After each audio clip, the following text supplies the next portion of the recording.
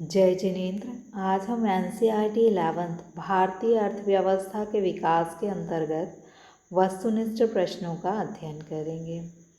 स्वतंत्रता प्राप्ति के समय भारतीय अर्थव्यवस्था की प्रमुख विशेषता क्या थी?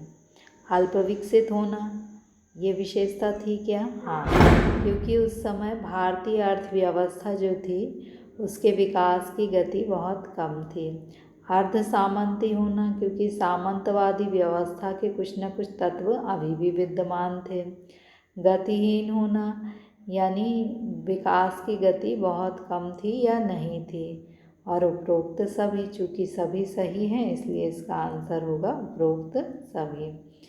अंग्रेजों ने भारत में आकर किस प्रकार की अर्थव्यवस्था को जन्म दिया? अर्ध सामंती। अर्ध सामंती मीन्स सामंत बना दिए जाते थे और वे ही अंग्रेजों की ओर से राजस्व की वसूली करते थे। सन 1947-48 में भारत की प्रति व्यक्ति आय की समृद्धि दर थी 0.5%, यानी केवल आय की समृद्धि दर कितनी थी? 0.5%, आधा % समृद्धि दर थी। भारत में सर्वप्रथम रेलगाड़ी किस वर्ष चलाई गई? 1853, मुंबई से ठाणे के बीच में 1853। औद्योगिक क्रांति सर्वप्रथम किस देश में हुई? इंग्लैंड में। जिन्होंने हमारे देश में आगे शासन किया था वहीं औद्योगिक क्रांति सबसे पहले प्रारंभ हुई, जिन्होंने सबसे ज़्यादा समय तक हमारे देश में शासन किया। स्वतंत्रता प्राप्ति के समय भारत शुद्ध निर्यातक था प्राथमिक उत्पादों का, यानी जब हमें स्वतंत्रता प्राप्त हुई थी तो हम प्राथमिक उत्पाद अर्थात जैसे गेहूँ है, खाद्यान्न है, प्राथमिक उत्पादों का निर्यात करते थे।